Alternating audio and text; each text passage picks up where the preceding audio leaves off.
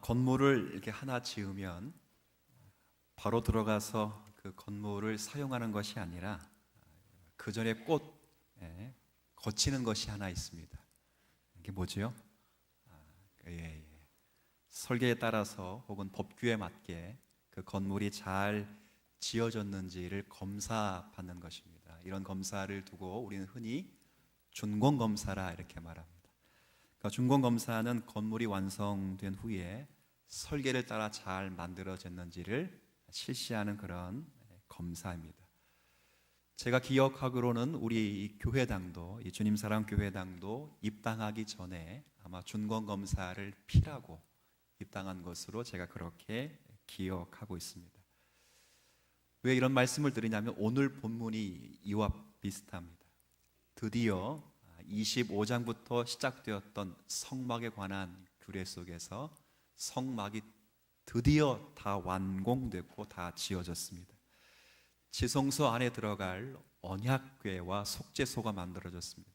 성소 안에 들어갈 분향단과 떡상과 등대가 만들어졌습니다.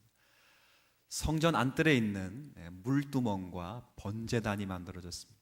말뚝과 모든 천막과 휘장이 만들어졌고, 그리고 마지막에 그 성소에서 섬기게 될 제사장의 모든 의복과 그의 성물품도 다 만들어졌습니다. 그리고 그 만들어진 성막을 이제 오늘 여러분이 읽어본 대로 누구에게로 가져왔다고요? 모세에게로 가져옵니다. 그리고 모세는 그것을 검사합니다. 왜 검사했을까요? 말씀대로 지어졌는지를 확인하는 것입니다. 모세가 쭉 살펴보지요. 제가 32절, 33절 앞부분까지 읽어드리겠습니다. 이스라엘 자손이 이와 같이 성막 곧 회막의 모든 역사를 마치되 여호와께서 모세에게 명령하신 대로 다 행하고 그들이 성막을 누구에게 가져왔어요? 모세에게로 가져왔으니, 가져온 내용들을 33절부터 길게 여러분이 읽어보신 대로 길게 완공된 것들을 소개합니다. 그리고 43절 다 마친 것을 모세가 보고 이렇게 말합니다. 43절 함께 읽겠습니다. 시작. 모세가 그 마친 것을 본즉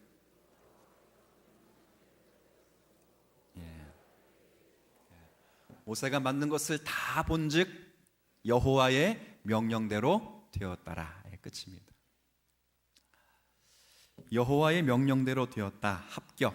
그래서 준공검사가 끝나게 되는 본문을 여러분이 읽었습니다. 그리고 43절 마지막에는 그래서 모세가 축복하였답니다. 이를 통해 보건대 이 모세의 축복은 한 사람 개인의 축복이 아니라 여호와 하나님께서 이스라엘 향하신 하나님의 복의 선언이라 그렇게 이해될 수 있는 그런 본문입니다.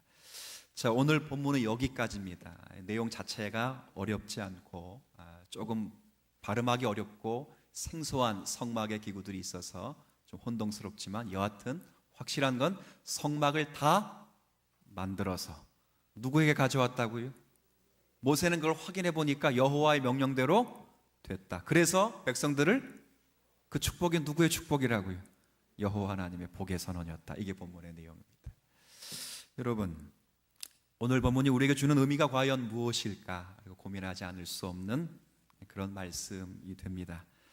저는 일단 보면서 아주 간략하게는 일단은 오늘 본문에 가장 많이 반복되어 소개되는 그 표현과 하나가 여호와의 명령대로 되었다. 이것이 가장 많이 39장에 반복됩니다. 32절과 43절에 이렇게 표현되어 있지만 사실 그 앞부분에는 모든 것을 만드는 과정 속에서 여호와의 명령대로 되었다, 여호와의 명령대로 되었다 그렇게 말합니다.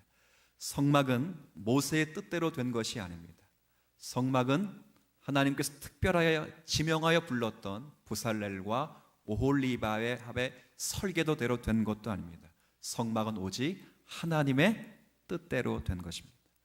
보통 무엇을 만들다가 보면 작업하는 사람의 그 정신과 철학이 들어가게 돼야 되기 때문에 자신의 생각과 나름의 지혜와 기술을 그 작품에 투영시키는 경우가 있습니다.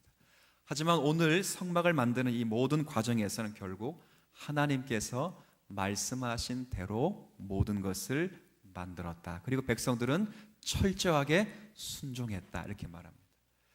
여러분, 왜 순종을 했겠습니까? 이렇게 생각하시면 안 됩니다. 순종하면 복을 받기 때문에 순종한다. 그렇지 않습니다.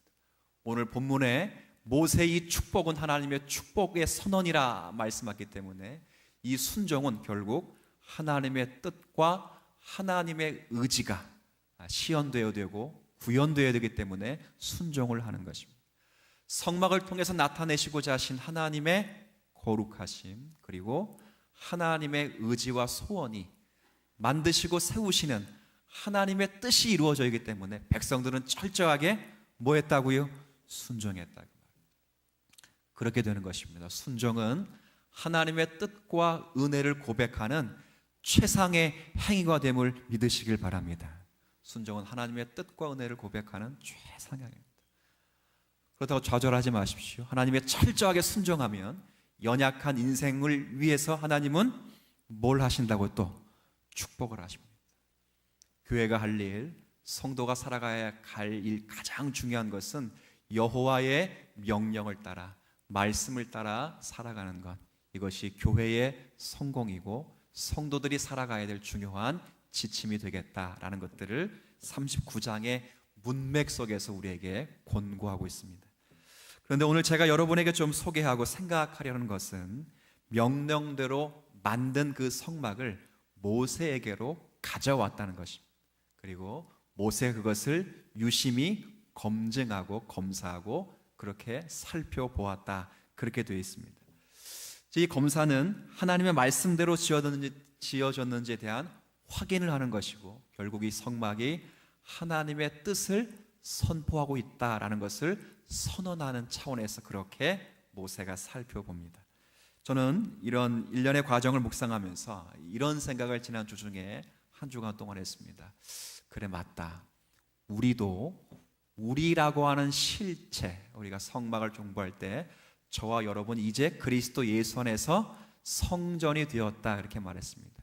우리라고 하는 이 성막, 성전, 이 실체를 반드시 우리도 모세 앞에서 검증을 받았듯이 우리도 언젠가는 주님 앞에서 검사받을 때가 있다고 말합니다. 그때가 될 것이다. 분명히 준공 검사를 받을 때가 오는데, 그때 과연 안종성 합격 혹은 안종성 불합격, 이것을 우리가 어떻게 준비하며 살아가야 되는가, 그것을 생각하지 않을 수 없는 부분입니다. 물론 크게는 여호와의 무엇대로요? 오늘 본문에 읽은 말씀이 여호와의 무엇대로? 명령대로, 뜻대로입니다. 조금 과정이 복잡하고 너무 포괄적인 것처럼 보이겠지만 제가 이 부분을 여러분 앞에서 좀 소개하는 시간을 갖도록 할게요. 어떻게 우리가 중공검사를 준비해야 되는가, 이 생각을 좀 하겠습니다. 이해를 좀 돕기 위해서 교회와 성도들의 신앙을 건축으로 비유하고 있는 내용을 바울 사도의 편지를 통해서 확인하면 좋습니다. 고린도전서 3장을 한번 보시죠. 고린도전서 3장의 말씀입니다.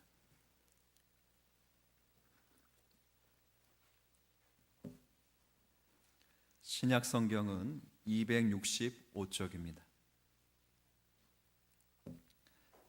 고린도전서 3장 10절부터 17절까지의 말씀을, 10절부터 17절까지의 말씀을 우리 함께 봉독하도록 하겠습니다. 내게 주신 하나님의 은혜를 따라 내가 지혜로운 건축자와 같이 터를 닦아두매 다른 이가 그 위에 세우나 그러나 각각 어떻게 그 위에 세울까를 조심할지니라. 이 닦아둔 것 외에 능히 다른 터를 닦아둘 자가 없으니 이 터는 곧 예수 그리스도시라. 만일 누구든지 금이나 은이나 보석이나 나무나 풀이나 집으로 이 터 위에 세우면 각 사람의 공적이 나타날 터인데 그 날이 공적을 밝히리니 이는 불로 나타내고 그 불이 각 사람의 공적이 어떠한 것을 시험할 것임이라. 만일 누구든지 그 위에 세운 공적이 그대로 있으면 상을 받고 누구든지 그 공적이 불에 타면 해를 받으리니 그러나 자신은 구원을 받되 불 가운데에서 받은 것 같으리라. 너희는 너희가 하나님의 성전인 것과 하나님의 성령이 너희 안에 계시는 것을 알지 못하느냐. 누구든지 하나님의 성전을 더럽히면 하나님이 그 사람을 멸하시리라. 하나님의 성전은 거룩하니 너희도 그러하니라. 아멘.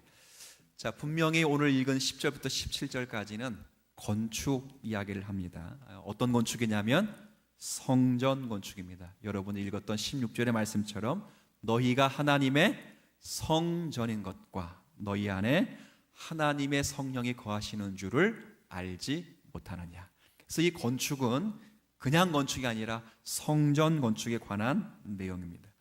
하지만 여기서 말하는 성전 건축은 우리가 지금 눈에 보이는 이 예배당을 가리키는 것은 아닙니다. 지상 건물을 가리켜서 이 건축을 이해하는 것은 아니고 이것은 여러분이 예배드리는 예배당일 뿐입니다. 여기서 말하는 성전은 믿는 한 사람 한 사람, 저와 여러분을 가리키는 표현입니다. 여러분이 성전이고 주님 사랑 교회 공동체가 성전이 됩니다. 우리는 지금 이 성전을 건축하고 있습니다. 개인도 그렇고 공동체도 그렇습니다. 근데 중요한 것은 언젠가는 이 건축이 하나님 앞에서 반드시 이 하나님의 말씀대로 지어졌는지를 평가하고 검사받을 날이 온답니다. 13절을 한번 제가 다시 읽어드릴까요? 각 사람의 공적이 나타날 때가 올 것이다. 그 날이 공적을 밝히게 될 것인데 이는 불로 나타난다. 그 불이 각 사람의 공적이 어떠한 것을 뭐 한다고요? 이것이 바로 검사한다. 본즉 중공검사와 같은 모세가 보았던 똑같은 표현이 여기 반복되어 있습니다. 마찬가지입니다. 우리 공동체가 성전이 되어서 언젠가는 하나님의 기준을 따라서 건축이 되었는가 하는 것을 검사하는 날이 반드시 오게 될 것입니다.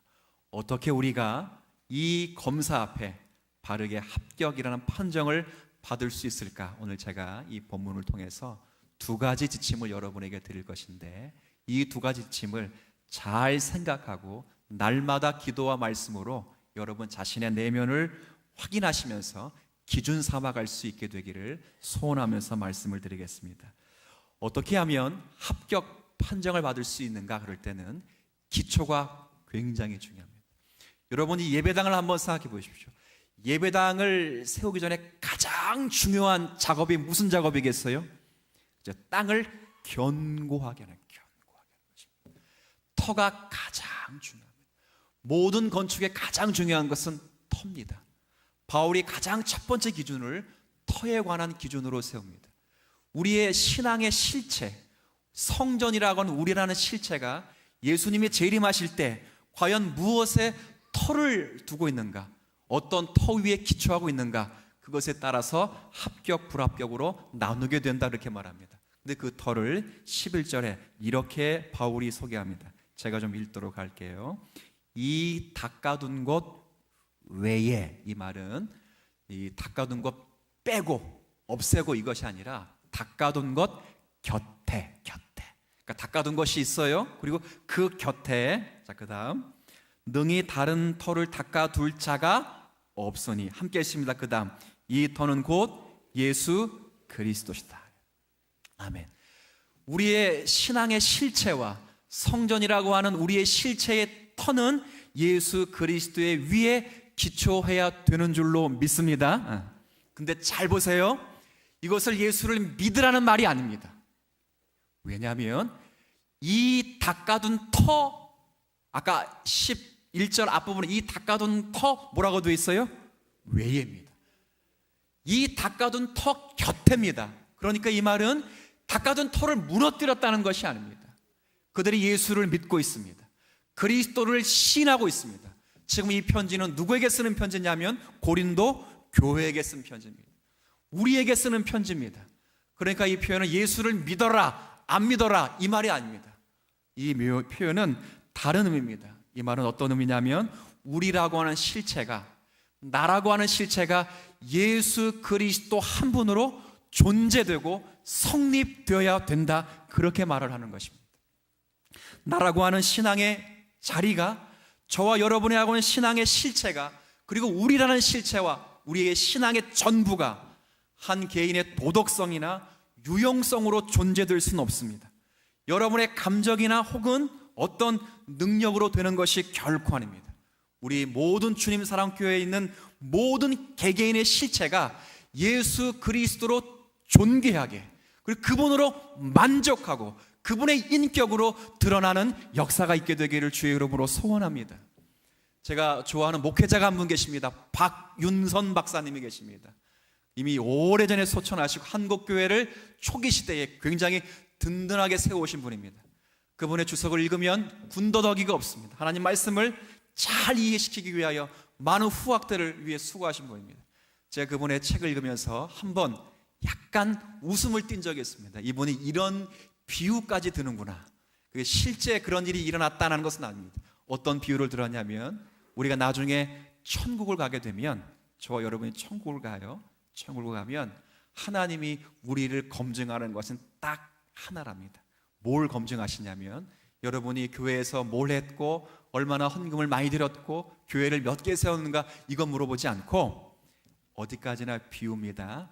옆에 계신 예수님과 우리가 얼마만큼 닮았느냐, 이거를 딱 하나 본다는 말을, 그 글을 썼어요. 제가 그걸 보면서 그 말의 깊이가 느껴지는 걸 보았습니다. 물론 실제 하나님이 그 점검하거나 그렇게 하진 않겠죠. 그러나 실제 우리는 그렇게 돼야 될 사람입니다. 여러분 보고 실력을 갖추라 그렇게 말하지 않습니다. 여러분이 사람 앞에서 얼마나 쓸모있는 사람이 되느냐, 그게 중요한 것이 아닙니다. 여러분의 개인의 실체와 여러분의 모든 신앙의 전부가 예수 그리스도로 만족하고 감사하고 존재할 수 있는 여러분의 신앙의 자리가 되기를 주님이 간절히 원하는 것입니다. 바울이 고린도 교회를 떠나게 되면 이제 고린도 교회 성도들이 특별한 일을 합니다. 예수 그리스도라는 그 터 위에 기초하지 않고 다른 터 위에 집을 짓습니다. 그 다른 터가 바로 여러분이 고린도 교회 성경을 전설을 읽어보면 수없이 많이 나오는 은사와 체험이라는 터입니다. 자기 자랑과 사람과 자기 만족이라는 터 위에 집을 짓습니다. 바울이 그것을 질타합니다. 은사와 체험은 예수 그리스도를 닮으라고, 예수 그리스도로 만족하라고 주신 것이지 그것을 자랑하느냐라고 정작 예수 그리스도처럼 변하지 못한 그들을 책망합니다. 우리가 잘 아는 성경 본문 고린도전서 문맥 속에서 제가 설명하면 고린도전서 12장부터 14장에 보면 석 장에 거쳐서 은사에 관한 이야기가 나옵니다. 정말 많은 은사가 나옵니다. 고린도에 굉장히 시급한 문제였습니다. 근데 여러분이 잘 보면 12장과 14장 사이에는 몇 장이 있지요? 너무 어려운 질문을 한 것 같아요. 그래서 우리는 유초동부에 하는 건데 12장과 14장 사이에는 몇 장이 있어요? 모르시는 분들은 부역장님에게 물어보시면 답이 나올 것 같습니다. 13장이 있습니다. 그러나 이 13장은 우리가 다 압니다. 13장을 고린도전서 13장을 무슨 장이라고 말하지요? 네, 그렇죠. 근데 갑자기 양쪽은 무슨 장이에요? 은사에 관한 이야기를 하다가 사랑 이야기를 합니다. 왜 뜬금없이 은사에 관한 이야기를 하다가 사랑 이야기를 하는 것입니까? 우리가 이것을 보아도 이 사랑장은 남녀 간의 사랑 이야기를 하는 것이 아니라는 것을 여러분이 감지할 수 있습니다. 남녀의 사랑 이야기를 하는 것이 아닙니다. 은사 이야기하다가 사랑 이야기하는 것은 다른 것이 아닙니다.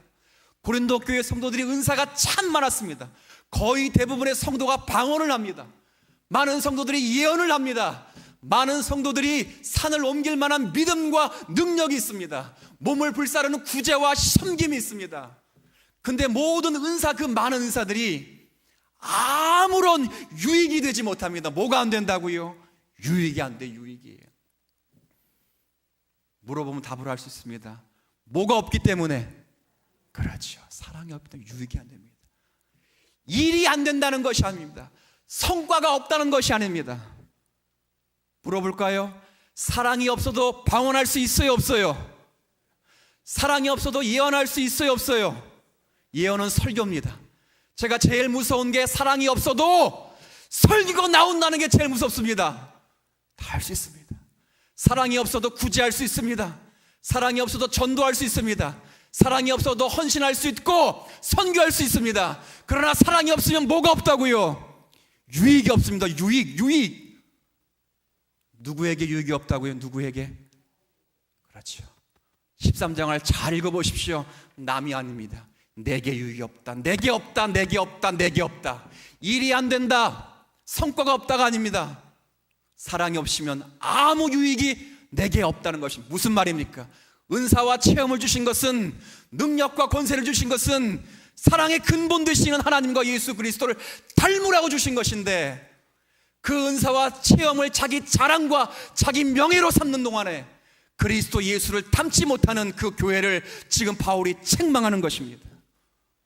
오늘 이 말씀 앞에 저희들이 점검하실 수 있는 오늘의 말씀이 되시기를 먼저 주의 이름으로 축원을 드립니다. 그들이 예수를 안 믿었다는 것이 아닙니다. 그들이 그리스도를 부인했다는 것이 아닙니다.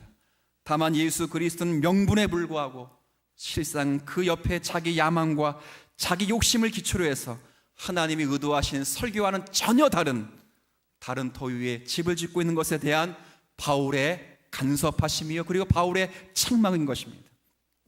바울이 그래서 말합니다. 은사가 중요한 것이 아니다. 체험이 중요한 것이 아니다.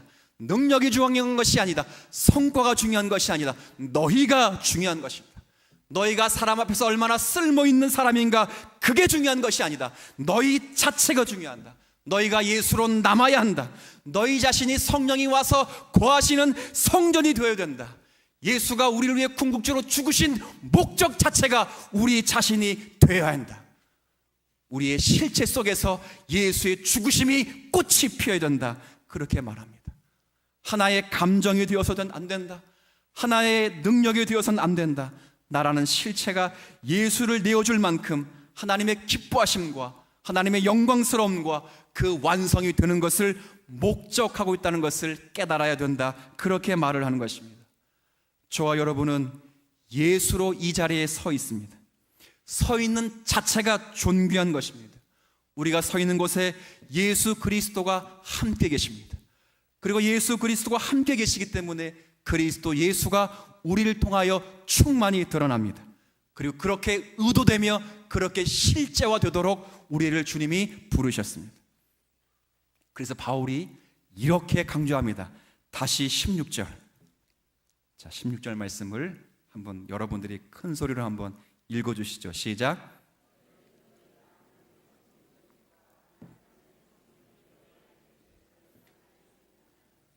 여기서 이제 중요한 게 무슨 단어일 것 같아요? 너희입니다. 너희가 중요한 것이다. 너희가 너희 안에 다른 것 보지 말아라. 다른 모든 것들은 너희가 세워지기 위하여 주어진 하나님의 은사에 불과하다. 은사를 자랑하는 동안 너희를 빼놓지 말아라. 주님이 원하시는 건 너희다. 주님이 원하시는 것은 주님 사랑 교회 예배당도 아닙니다. 주님이 원하시는 것은 여러분의 헌금도 아닙니다. 주님이 원하시는 것은 여러분 자신이 예수 그리스도와 되는 것입니다. 이것을 목적으로 하고 있습니다. 하나님은 그리스도 예수 안에서 여러분들이 그렇게 서기를 간절히 원하시는 것입니다. 여러분에게 왜 지식을 주십니까? 예수 그리스도를 닮도록 주신 것입니다. 여러분에게 왜 건강과 시간과 물질을 주십니까? 예수 그리스도를 배우고 닮도록 하고 주신 것입니다. 그러나 그것을 자기 자랑과 자기 유익과 자기 욕망으로 사용하는 고린도 교회 성도들을 지금 바울이 질타하고 있습니다. 중요한 것은 우리의 실체가 예수 그리스도로 존재해야 됩니다. 두 번째 기준은, 기초가 중요하다면 두 번째는 재료가 무엇으로 했느냐, 굉장히 중요합니다. 우리 한번 12절부터 15절까지 말씀을 같이 한번 읽어보도록 하겠습니다. 12절부터 15절까지입니다. 만일 누구든지 금이나 은이나 보석이나 나무나 풀이나 집으로 그의 터 위에 세우면 각 사람의 공적이 나타날 터인데 그 날이 공적을 밝히리니 이는 불로 나타내고 그 불이 각 사람의 공적이 어떠한 것을 시험할 것임이라. 만일 누구든지 그 위에 세운 공적이 그대로 있으면 상을 받고 누구든지 그 공적이 불타면 해를 받으리니 그러나 자신은 구원을 받되 불 가운데서 받은 것 같으니라. 아멘. 기초가 중요하면 기초 못지않게도 중요한 것이 재료랍니다. 그렇죠? 우리의 기초, 우리의 터는 방금 전에 설명드렸던 것처럼 예수 그리스도이십니다. 이 말은 예수 그리스도가 우리의 기초라면 그 위에 세워질 수밖에 없는 재료도 한정적일 수밖에 없다, 그렇게 말합니다. 여기 12절에 6가지의 재료를 여러분 읽었습니다. 제가 그냥 설명해 드리니까 저를 그냥 보십시오. 6가지 재료가 금, 은, 보석이라는 재료입니다. 또 하나는 나무, 풀, 짚이라는 재료입니다. 자, 이 재료를 딱 둘로 나눕니다. 어떻게 나눌까요? 돈 되는 것과 돈이 되지 않는 것, 이렇게 나눌까요? 쉽게 구하지 못하는 것과 쉽게 구하는 것, 이렇게 나눌까요? 그렇게 나누지 않습니다. 어떻게 나누지요? 그렇죠. 불에 타지 않는 것과 불에 타는 것으로 나눕니다. 딱 두 가지로 나눕니다. 금은, 보석은 불에 타지 않습니다. 그러나 나무와 풀과 칩은 반드시 불에 탈 것입니다. 예수 그리스도의 기초가 있다면 불에 타지 않는 재료로 집을 지어야 된다, 그렇게 말을 합니다. 그럼 불에 타지 않는 재료가 뭘까요? 불에 타는 재료를 확인하면 알 수 있습니다. 고린도서 3장 17절에는 바로 성전을 더럽히는 것이 무엇인가를 소개하고 18절 이후부터는 그 성전을 더럽히는 것이 자기 자랑과 자기 욕망과 세상의 지식과 사람을 나누는 것이라고 말합니다. 결국 세상의 가치입니다. 세상의 가치로 그리스도 위에 집을 지으면 반드시 무너지게 되어 있습니다. 그러나 이 세상의 가치가 아니라 영원한 것, 주님의 것으로 이 그리스도 위에 집을 지면 반드시 하나님 앞에서 다시 세워지게 되는 은혜를 누리게 되는 것입니다. 여러분, 한국교회가 조금 어려움이 있었던 것 가운데 하나가 여러분도 잘 아시는 대로 우리가 세상의 가치로 한국교회가 여러 실수한 것을 우리가 잘 알고 있습니다. 한참 부흥했던 시기에 80년대, 90년대 한국교회가 한 행동 가운데 미련한 행동이 하나 있었습니다. 이미 한국교회 모든 중형교회 그리고 많은 목회자들이 후회하고 또 회개했던 부분이기 때문에 저도 그냥 소개하려고 합니다. 그게 뭐였냐면, 목사가 똑똑하면 교회가 부흥할 것 생각했습니다. 목사가 똑똑하면 목회를 잘 한다고 생각했습니다. 그래서 80년대, 90년대 거의 규모 있는 교회의 담임 목사를 청빙하면 첫 번째 조건이 박사 학위를 갖고 있냐고 합니다. 전부 박사입니다. 그래서 어떤 일이 났지요? 그래서 묻지도 따지지도 막 박사가 만들어졌습니다. 남태평양을 건너가다가 박사학위 받고 오는 그런 희한한 일들이 한국교회에 일어났습니다. 왜 그렇게 생각했다고요? 목사가 똑똑하면 교회가 유용해질 것처럼 생각했기 때문에 그럽니다. 그러나 명심하십시오. 하나님은 특별하게, 하나님은 일을 하실 때 사람을 통해서 일하지 않습니다. 하나님은 예수 그리스도로 당신의 뜻을 언제나 이루어 내십니다. 하나님은 사람을 통해서, 사람이 능력이 많음을 통해서 그렇게 일하지 않습니다. 하나님은 소모는 막대기, 산갈이 썼던 그 소모는 막대기를 잡고서도 언제나 블레셋 군사 600명을 죽이실 수 있는 전능하신 하나님이 되십니다. 연약하고 부족한 인생일지라도 그 기초가 그리스도 예수로 존재하고 예수 그리스도 충만하다면 그를 통해서도 하나님의 영광을 이루실 수 있는 분이십니다. 언제나 하나님은 예수 그리스도로 당신의 뜻하신 바를 이루십니다. 바울이 고린도서 3장 이 이야기를 하기 전에 그 윗부분에 그래서 뭐라고 말해요? 나는 심었고 아볼로는 물을 주었을 때 오직 자라나게 하시는 분은 누구라고요? 하나님이십니다. 하나님이 자라게 하십니다. 바울이 할 일은 심은 것밖에 없습니다. 그냥 설교한 것밖에 없습니다. 교회를 세운 것밖에 없습니다. 아볼로는 지금 설교하고 있는 것밖에 없습니다. 그러나 그의 신앙을 싹트게 하고 그의 신앙의 열매를 맺게 하고 그의 신앙 속에서 그리스도의 영광을 만드시는 분은 누구시라고요? 하나님이십니다. 기독교 역사를 보십시오. 힘으로 교회가 세워지지 않습니다. 기독교 역사 속에서 교회가 권력을 가지고 있을 때 교회는 언제나 세상에서 조롱을 받았습니다. 그러나 교회가 권력에서 탄압받았을 때 더 교회는 기도했고 더 말씀을 집중했고 그래서 빛을 발했던 시기를 기독교 역사 속에서 수없이 많이 봅니다. 여러분, 우리가 지금 신앙 고백하고 있는 예를 들어서 웨스트민스터 신앙 고백, 소유리 문답, 우리 교회 가운데 중요하게 연기는 모든 신앙 고백은 전부 교회가 탄압받고 어렵고 힘들 때 그분들이 모여서 기도하고 말씀대로의 신앙을 붙잡기 위하여 애쓸 때 하나님의 교회 역사 속에 낸 하나님의 거룩한 산물들입니다. 힘을 가졌을 때보다 언제나 신앙 자체를 가졌을 때 하나님이 더 많은 일을 했다는 것을 우리가 보게 됩니다. 고린도 교회의 성도들은 이면에서 잘못하고 있었습니다. 고린도 교회 성도는 이 세상의 순간적인 가치와 성공을 위해서 세상 법정에까지 그렇게 서게 되었습니다. 바울이 그래서 꾸짖습니다. 너희가 정말 그리스도 예수로 터를 삼고 너희가 정말 그리스도 예수로 실체화되었다면, 그리고 그 재료가 영원한 것에 소망을 두며 살았다면, 차라리 그런 신자였다면 속고 차라리 당하는 것이 훨씬 낫다, 그렇게 말합니다. 그러나 고린도 교회 성도들은 영혼보다 순간이 더 중요했습니다. 자기 십자가를 지고 주님을 따르는 것보다 자기 야망과 욕망을 가지고 그렇게 섰습니다. 사람 앞에 인정받고 박수갈채를 그렇게 받아보려고 더 중요하게 생각했습니다. 영혼을 위해 오늘 십자가를 지는 일들을 포기했습니다. 어떻게 보면 썩어질 수밖에 없는 나무와 풀과 집수로 그렇게 집을 지은 것입니다. 어떤 면에 여러분이 볼 때 그걸로 지면 더 쉽고 빨리 지을 수 있겠다라는 생각이 들 수도 있습니다.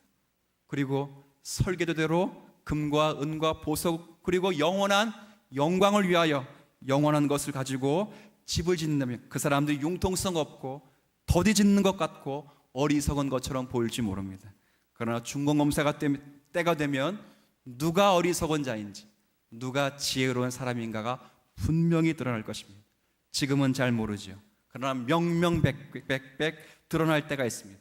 누가 신령한 자이고 누가 육신에 속한 자있는지 분명히 드러나게 될 것입니다. 그때가 언제라고요? 하나님의 심판의 때입니다. 예수 그리스도의 오심의 때입니다. 불로서 심판을 분명히 하실 것입니다. 그날에 예수 그리스도를 믿지만 평생 이 세상에 없어질 것을 위하여 자기 욕망을 위하여 집을 지었다면 반드시 그 집은 무너지게 될 것입니다. 그러나 반면에 그리스도를 기초로 해서 자기 십자가를 지고 주님을 좇는 성도들이 된다면, 인내하고 영광을 소망하고 믿음의 순례자의 길을 묵묵히 걸어갈 수만 있다면 주님은 그런 자들의 집을 받으실 뿐 아니라 예수 그리스도로 언젠간 완성시킬 것을 오늘의 말씀으로 기억을 하셔야 됩니다. 성경 여러분이 마지막 권을 잘 아실 줄로 믿습니다. 마지막 권이 무슨 성경이지요? 요한계시록입니다. 요한계시록 마지막 장이 21장과 22장입니다. 근데 거기 보면 저는 너무도 큰 은혜와 늘 거기 말씀 볼 때마다 아주 독특하고 아주 의미 있는 생각, 묵상을 많이 합니다. 그 마지막 장의 내용이 뭐냐면 거룩한 성 예루살렘이 하나님으로부터 하늘에서 내려온다, 그 말입니다. 하나님이 완성하시고 하나님이 세우시는 진짜 아름다운 건축물 하나가 하나님이 하늘로부터 땅으로 내려보냅니다. 사도 요한이 그것을 환상으로 보면서 정말 감격과 눈물을 흘리고 있습니다. 여러분 그 표현을 이해하실 때 정말 예수님이 재림할 때 그런 성이 내려온다고 생각하시면 안 됩니다. 그건 실체를 비유한 것입니다. 어떤 존귀하게 될 일이 비유가 됩니다. 정말 아름다운 성 하나가 내려왔습니다. 성막으로 가르쳤고 또 성전으로 예표했고, 지금 바울이 말한 것처럼 우리라는 실체가 성으로 예표되는데 그런 건축물이 하나 내려옵니다. 사도 요한이 얼마나 감격스러웠겠어요. 그래서 성을 유심히 봅니다. 유심히 성을 보는 중에 중간에 뭘 하나 열심히 찾습니다. 뭘 찾았을까요?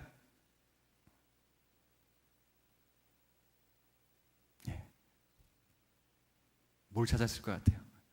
우리 집이 어딘가? 어떤 분은 천국 가가지고 우리 집 여기 내내 집 이렇게 나눠줬다 그러는데 그러면 천국 안 갈 것 같아. 그렇죠. 천국에 갔는데 내 집은 50평이고 제 집은 20평이고 저 장로님 집은 100평이라면 난 천국 안 가. 그런 데 가면 그런 거 열심히 찾습니다. 뭘 찾아요? 성막으로 예표하고 성전으로 말씀하시며 신약에 와서 예수 그리고 성전이고 우리가 성전이라기 때문에 정말 재림할 때면 그 성전이 완공된 것을 봐야 될 거 아닙니까? 성전을 유심히 찾습니다. 유심히 찾습니다. 근데 유심히 찾고 있는 동안에 사도 요한이 시험에 빠집니다. 뭐가 없기 때문에 성전이 안 보입니다. 왜 안 벗을까요? 성경에 정확히 나와 있습니다. 예수 그리스도가 우리와 함께 성전이 이미 되었습니다. 완성되었습니다. 정말 아름다운 건축물이 거기 딱 우리라는 실체로 존재한 것을 봤습니다. 거기에 사도 요한이 있고 이 땅에 수많은 왔다 갔던 무형교회 성도들을 보았습니다. 더 이상 성전을 찾을 필요가 없습니다. 우리는 지금 그렇게 지어져 가고 있습니다. 우리는 반드시 그 자리에 서게 될 성도의 운명을 안고 이 자리에 예수 그리스도의 기초로 해서 영원한 것을 소망하며 믿음의 집과 우리의 신앙의 실체를 세워가야 되는 성도임을 오늘의 말씀으로 확인하시길 바랍니다. 중공검사가 분명히 옵니다. 개인적으로 오나 재림으로 오나 분명히 올 것입니다. 그때까지 감리를 잘 받으십시오. 매일의 말씀으로, 매일의 기도로 여러분의 신앙을 체크하시되 머뭇머뭇거리지 마십시오. 깨어있십시오. 정신을 차리십시오.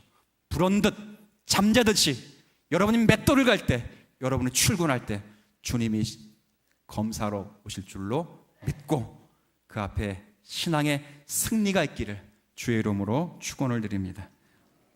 하나님 아버지, 우리의 실체가 예수 그리스도화 되기를 원합니다. 이것 위하여 믿음을 주시고, 이것 위하여 은사를 주시고, 이것 위하여 섬김을 주셨고 건강을 주셨습니다. 그러나 이것 위하여 주신 것을 간구하고 우리에게 주신 위로의 선물만을 붙잡고 있는 고린도 교회 성도들의 모습이 우리의 모습이 아닌가 생각해보고 점검할 필요성이 있습니다. 정말 말씀 앞에서 집을 잘 짓고 있는가? 기초는 제대로 되어 있는가? 우리라는 실체가 예수 그리스도 위에 서 있는가 늘 점검하게 하여 주옵시고, 그 터 위에 서 있다면 올바른 재료를 사용해서 철저하게 이 집을 세워가고 있는가 생각하게 하여 주옵소서. 저부터 해서 효율성과 유용성으로 교회를 운영하고 있는 것 아닌가 면밀히 살펴 격려할 것은 격려하고 시정할 것은 시정하면서 하나님의 뜻대로 이 건축을 잘하여 완공하는 은혜가 있기를 또 간구합니다. 예수님의 이름으로 기도 올립니다.